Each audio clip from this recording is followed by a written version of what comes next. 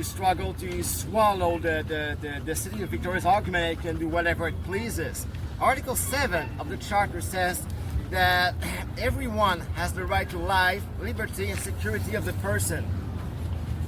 The bylaw officer, they don't have the right to chase everybody all the way to hell simply for being poor. And this is not a matter of opinion. This has been ruled already in court. It was in City of Victoria versus Adams in 2008. Okay, we're going back to 2005, I think. At Cridge Park, there was an encampment with 9 people on record. The City of Victoria tried to evict them, and the defendants fought back in court. Okay, you're gonna ask me, how did they do that? And it's pertinent. I'm gonna mention it right away. There were entities to intervene on both sides of the lawsuit.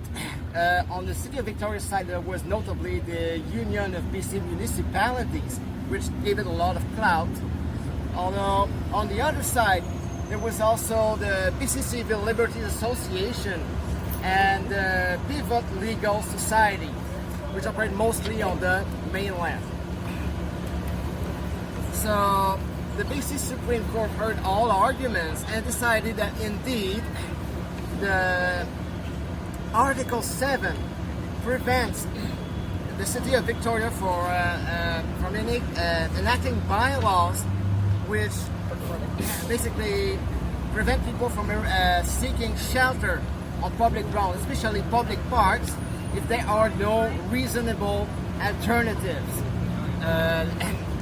In particular, it stated that the campers had the right to erect structures on city parks to protect themselves from the elements, especially in winter. We're going to protect themselves from the wind, from the rain, and so forth.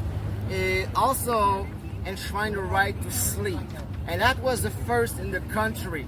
Basically stating that sleep deprivation was a form of torture. It is essential to good health. The decision survived appeal in 2009, and it is notable that the case dragged years after the campers eventually left the park. But it was important to set a precedent because this is how the legal system works. So can I ask you, was that the courthouse case that was taken? No, that was another one. Oh, was it? Okay. I'm not going to discuss this one today. I already have a lot to talk about, so I'm going to keep it simple. Go ahead. Take 2. Take 3.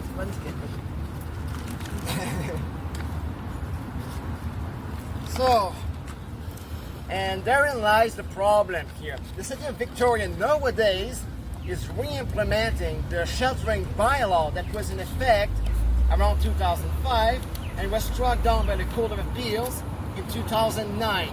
What it did basically was start a new bylaw and then whittle down the number of parks that were available for sheltering to the homeless.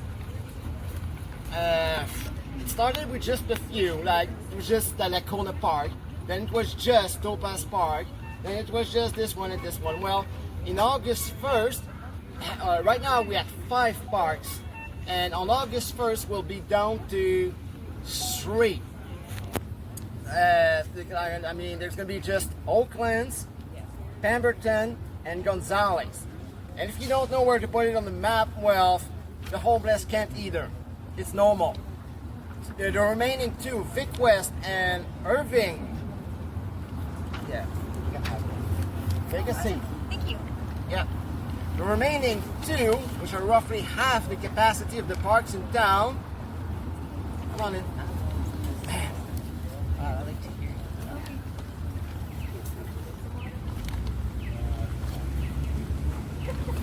So, the remaining 2 parks have roughly half the capacity in town for sheltering. I actually did the math.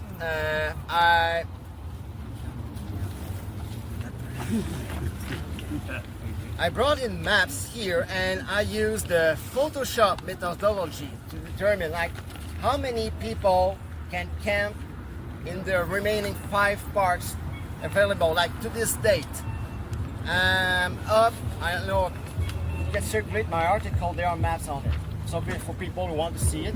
Oh, circulate it? Yeah, I want it back though. Okay, yep. Oh, both? Okay. Yeah. We're at roughly 186, and that it looks like a theoretical maximum. On August 1st, we'll be down to about 92. And not only that, I'm being very generous here.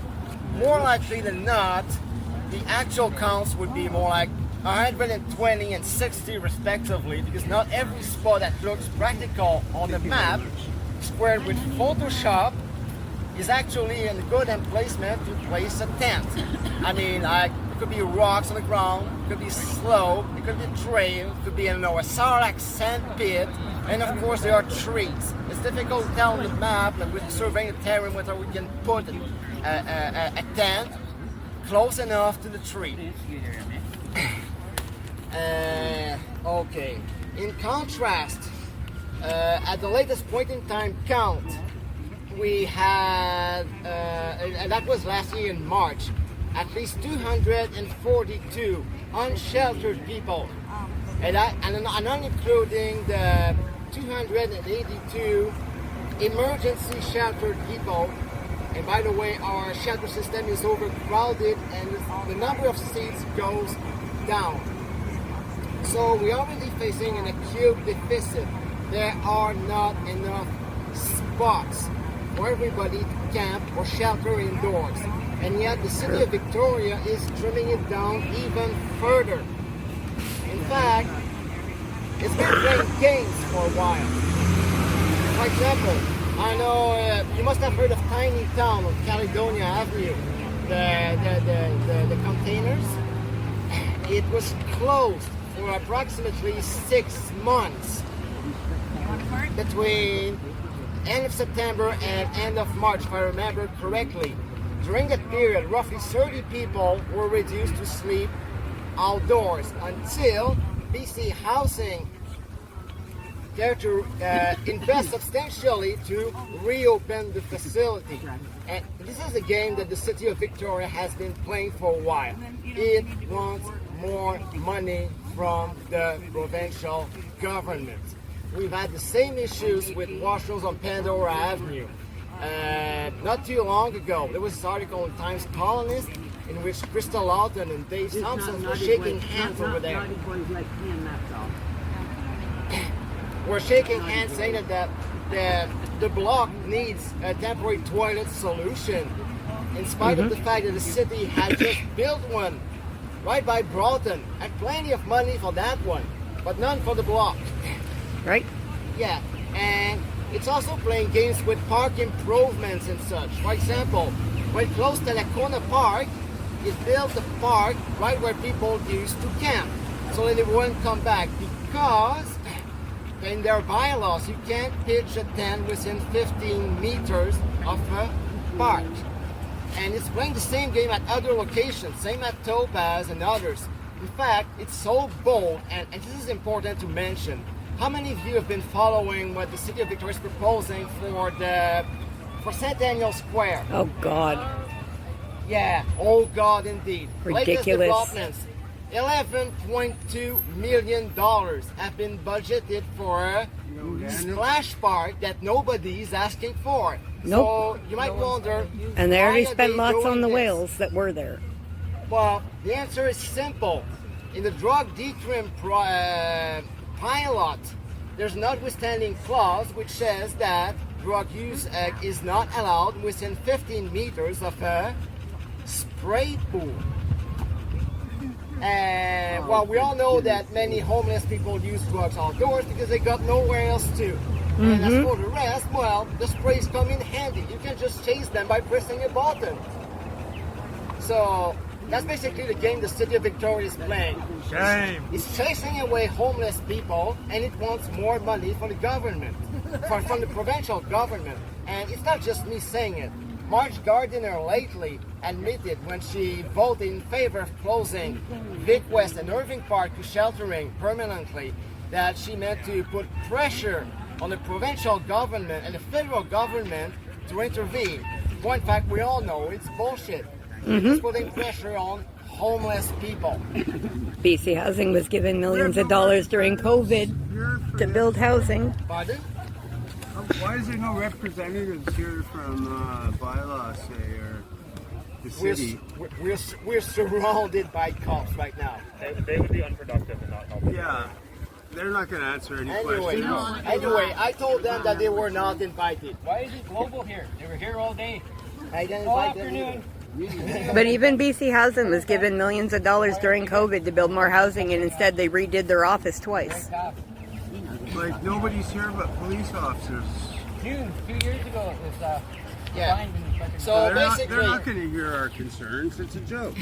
let's come back to the charter argument.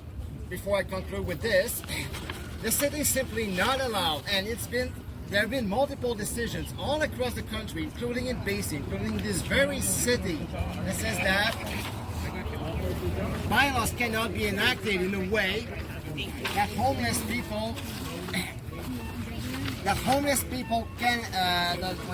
such that homeless people cannot camp on city grounds, such that when the homeless are being evicted, they can raise the obvious objection: is there a reasonable alternative?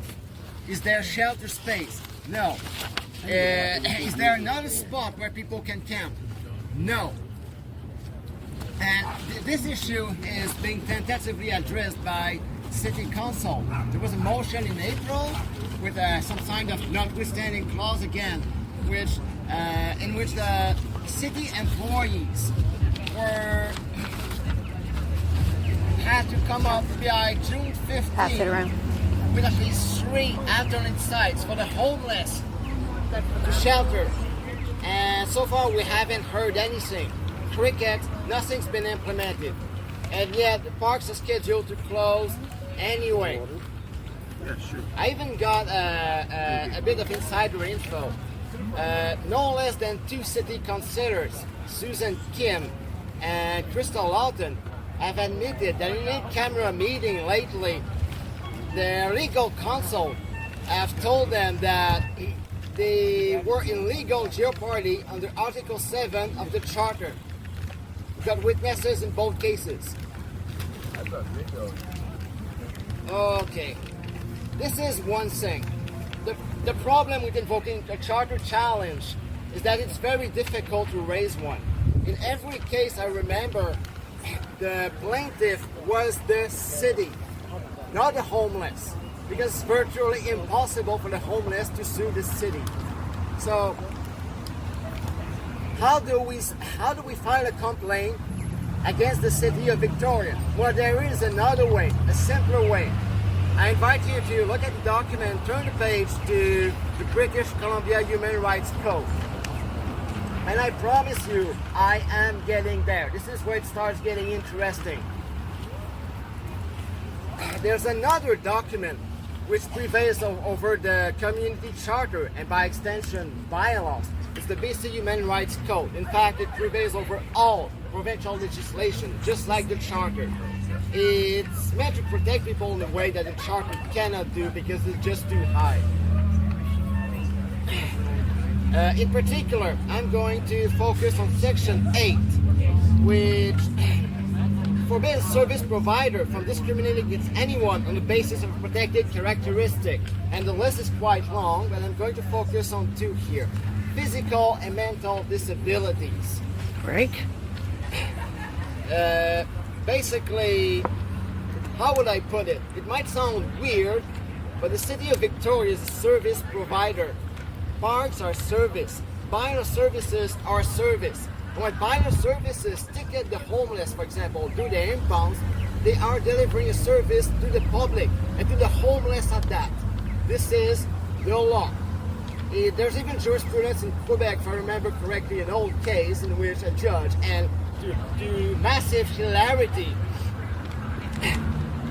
stated that when a police officer gives you a speeding ticket, it is doing you a service. So Yeah, this sounds ludicrous, but this is something we can use because, well, Section 8 of the BC Human Rights Code gives bylaw officers certain obligations that they must meet in their treatment of the homeless. The thing is, the BC Human Rights Code does not forbid from discriminating against homeless people. So we have to be weasels here. The main way to challenge this is by invoking physical or mental disabilities. So let's say, for example, bylaw officers ask a homeless person to put down their tent every morning, and that person cannot do it due to a physical disability. Let's say that person is dead from the waist down, needs a wheelchair to go anywhere. This is a classic, non-ambiguous. So bylaw officers say, well, you have to do this because the bylaw says so. Well, the homeless person said, well, I'm a cripple. I can't even stand up. I cannot put down my shelter every morning. So bylaw officers, in this case, like all service providers, have a duty to accommodate the public. And they have to do so until the point of undue burden, which is sky high. I've reviewed the jurisprudence for 2 years, and I've never seen a case, not one, and not even the pandemic at that, in which I noticed service one provider of those got away with simply invoking that they had put that duty to accommodate to the point of undue burden. It's really, really high. Come on, don't be shy. So, there are multiple ways this could work. For example, and we've seen this, bylaw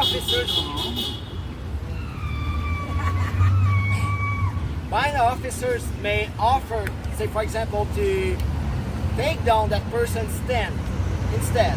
It happens. They may offer to move it somewhere else.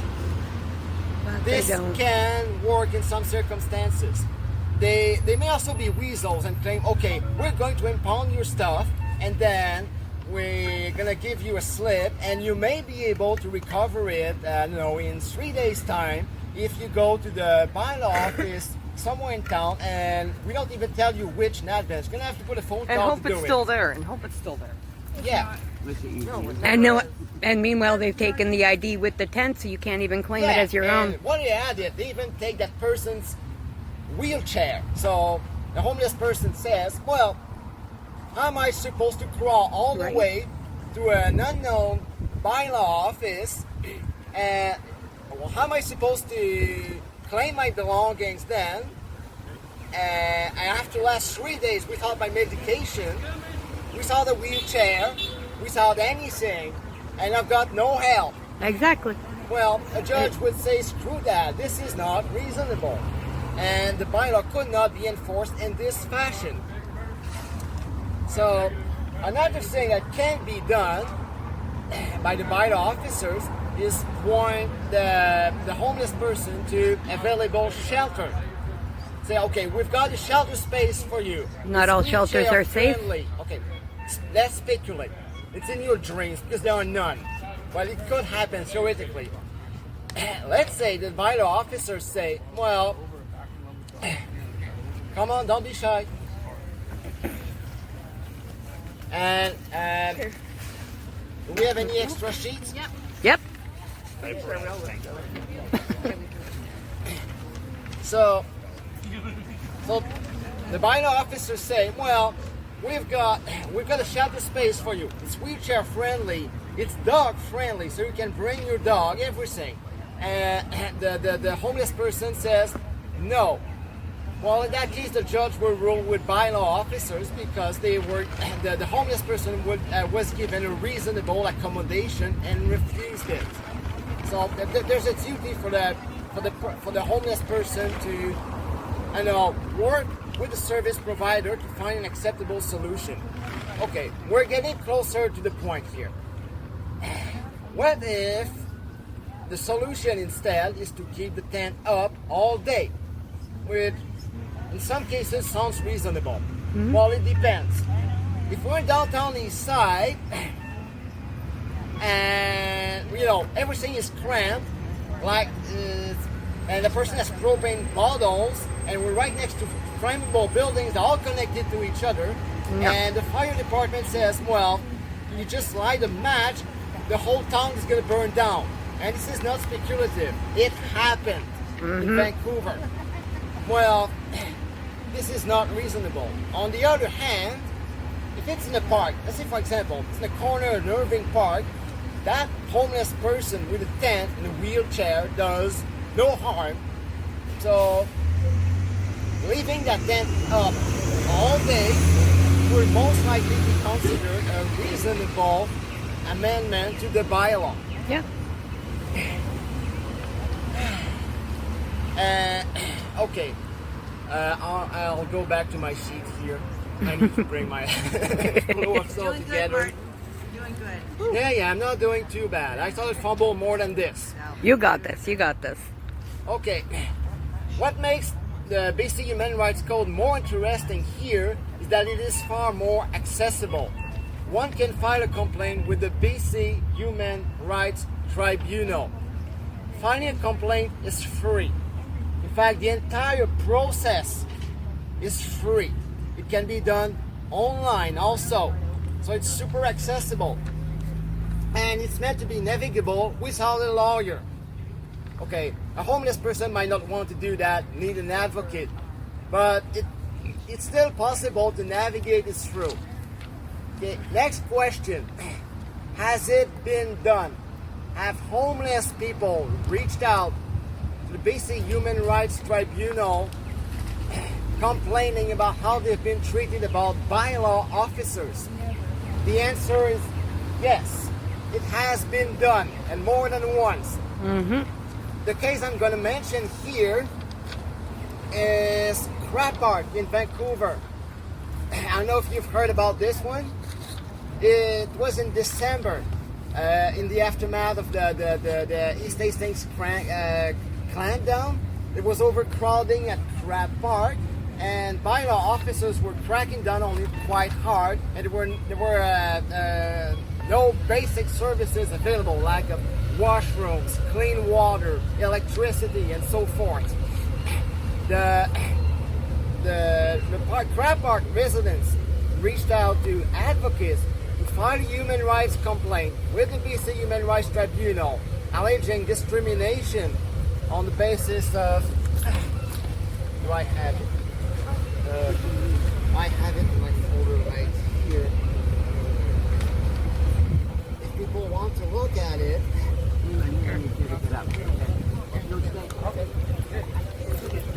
Okay. On the basis of indigenous identity, physical disability, mental disability, sex, or age. Check quite a few boxes.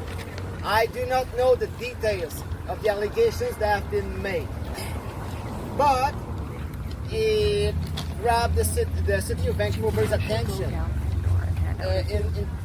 Not only that, and what's particularly interesting is that, okay, there's quite a backlog of cases at the BC Human Rights Tribunal, which I estimate at still about 18 months for getting a reply, and can get somewhere between 3 and 5 years to get to trial. That being said, there is a fast-track process that one can use in dire circumstances to bypass the backlog and get it done in a matter of days or weeks. It's been done. Crab Park residents managed to get their case approved within 2 weeks. And okay, this is where I have a big scoop for thanks a lot. I appreciate you doing your job, but my wife's colleagues Okay. And this is why I have a big scoop for you. There's been more than one case. There's been at least a second one right here in Victoria. And I know because I am the correspondent for the tribunal for that case. You, please come forward if you can't hear me. There's a Vic West resident. I'm going to withhold that person's name for a little while longer, but that person's about to go public with a complaint. Has filed a complaint with the BC Human Rights Tribunal, alleging discrimination on the ground, and this is where it all comes together. On the ground that person could not take down their tent every day and commute with essential services with their belongings. I won't go to the specific of the allegations, which are pretty graphic, at this stage still confidential. My client hasn't gone public with allegations yet. And this is where it gets really interesting. The city of Victoria is freaking out. We put the case on the fast track. It got approved in 8 days. 3 days later, what's her name again? Councillor Susan Kim brought by Vic West Park to have a chat with that person. And I was there. I witnessed it. She was very eager, like, to get on a good side, but also to keep a close lid on the story. Let me catch my breath a little bit. Basically, at some point, she even asked that person to share all evidence with her, including video evidence, and then delete it. I'm dead serious.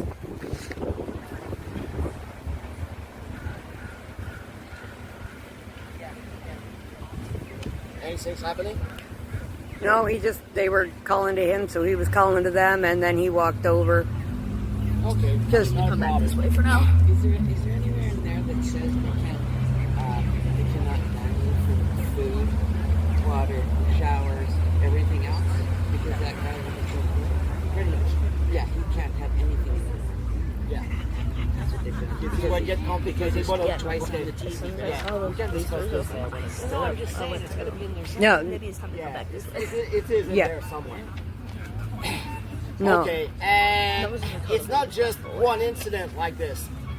Recently, it was last The cops Wednesday, we had a meeting at Irving Park in which Crystal Lawton showed up. Okay, she was invited by a homeless person who did his own advocacy, but I do not believe this was the only reason Crystal Lawton showed up.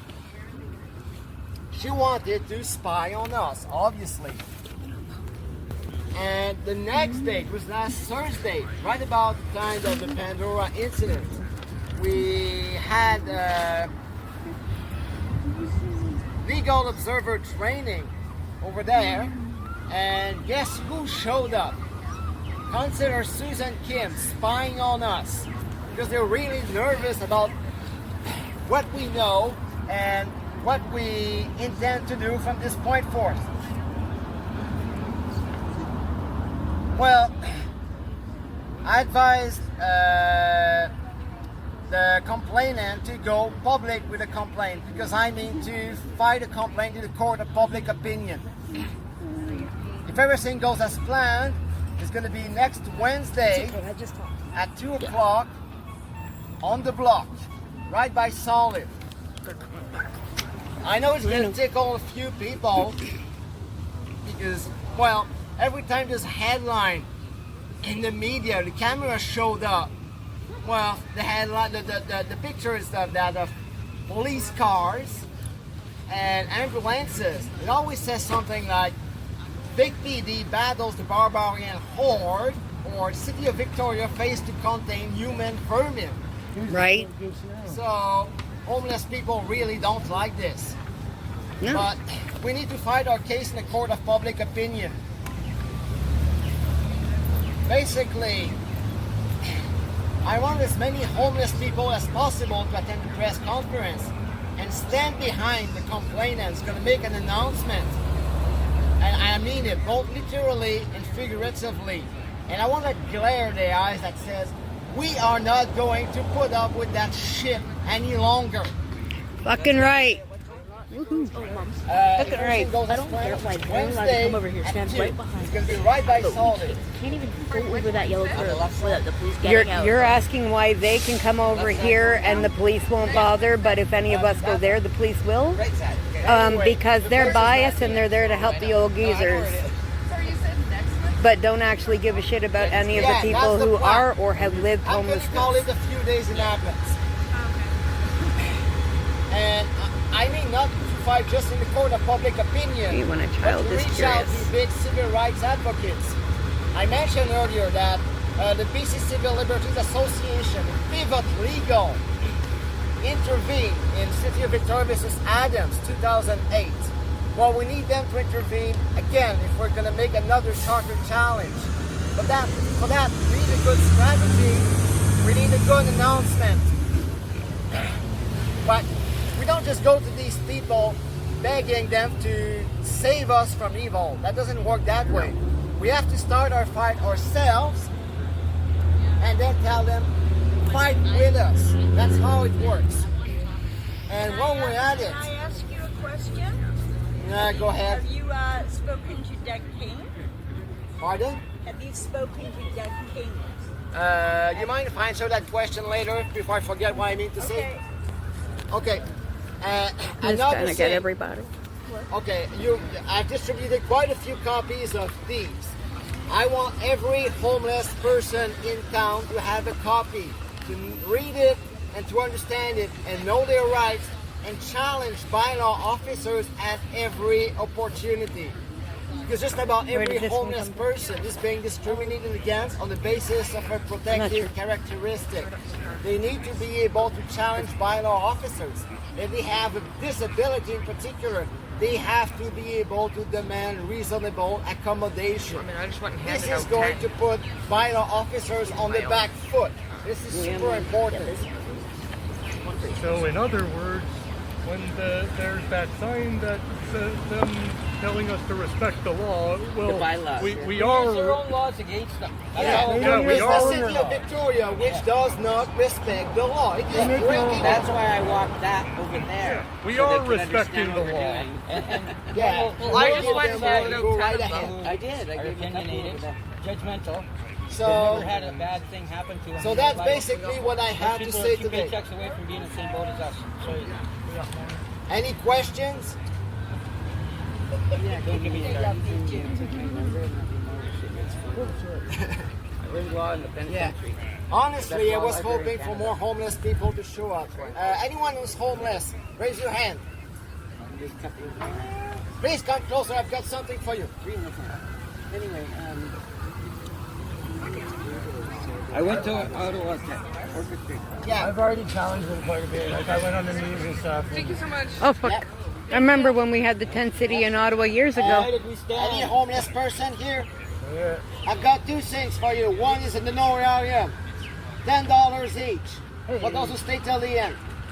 I think he said you're homeless, you got honorary $10 and you $10 stay to the each, end. Stay to the end.